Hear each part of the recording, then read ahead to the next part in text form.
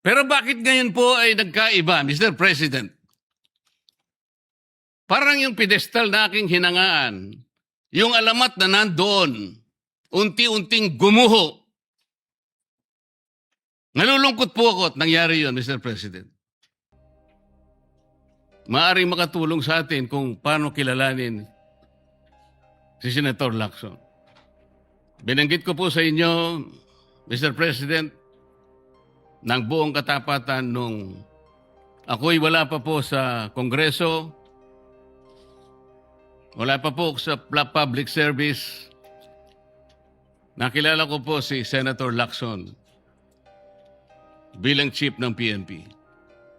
Nabanggit ko po sa inyo, Mr. President, sa ating pag-uusap sa inyong opisina. Mula noon, nung makita ko siya,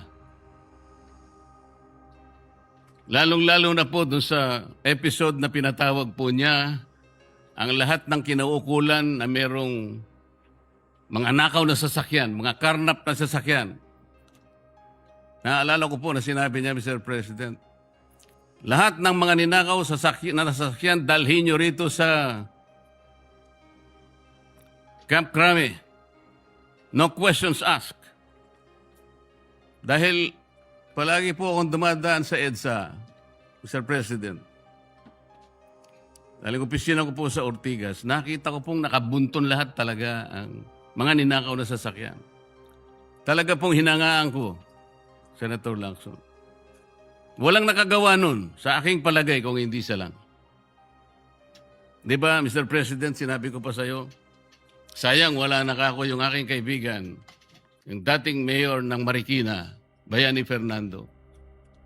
Dahil kinausap ko po siya. Sabi ko, Bayani, alam mo, yung ginagawa mo sa Marikina, gusto ko rin eh. At yung ginagawa ni Chief PNP, Ping Lacson, gusto ko din yun. Ayaw mo ba siyang kausapin na kayong dalawa tumakbo? Si Ping Lacson ang president. Ikaw naman ang vice president. Kinuwento ko sa iyo yan, Sir President. Bakit ko po sinasabi ngayon ito, Ginoong Pangulo? Nung umpisa po talagang ganong na nakita ko po eh. Yung kanyang kagustuhan na maayos natin ang ating bansa. Yung sinasabi niyang track record, maring nung umpisa nandun po yun eh. Hindi ko ikukwento ito kung hindi talagang hinangaan ko siya. Noon. Pero bakit ngayon po ay nagkaiba, Mr. President? Parang yung pedestal na aking hinangaan, yung alamat na nandoon, unti-unting gumuho.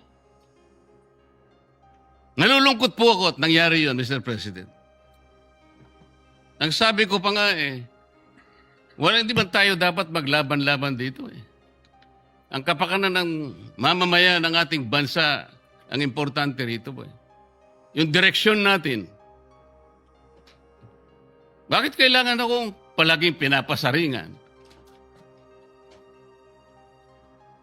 Hindi naman po ang aking kagustuhan eh.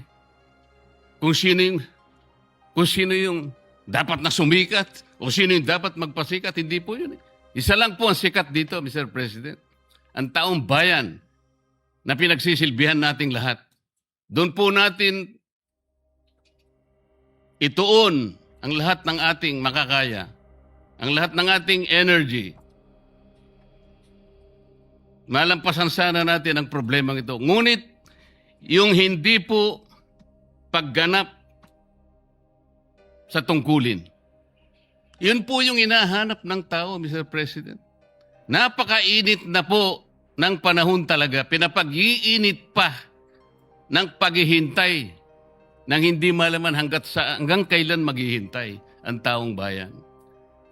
Ano po ba ang dahilan kung bakit nagkaroon siya ng privilege speech ngayong hapon? Para saan? Para saan? Hindi po ba mas maganda na kumpletuhin natin yung report? Hindi partial. Ano yun? Partial final? O partial provisional?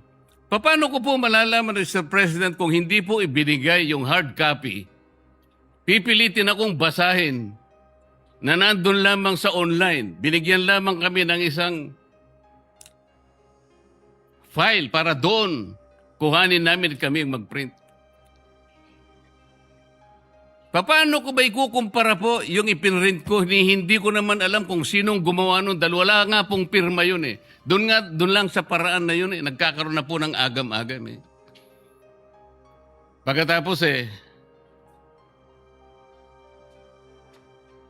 ayaw pa nilang mag-interpret. Nasa sa kanya po yun, Mr. President.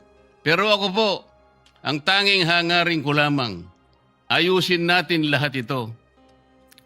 Sabi nga po niya, hindi makakalimutan ng taong ito at talaga naman pong hindi malilimutan sapagkat ito na po yata ang pinakamalawak na nakawan sa kasaysayan ng ating bansa. Salamat po, Mr. President.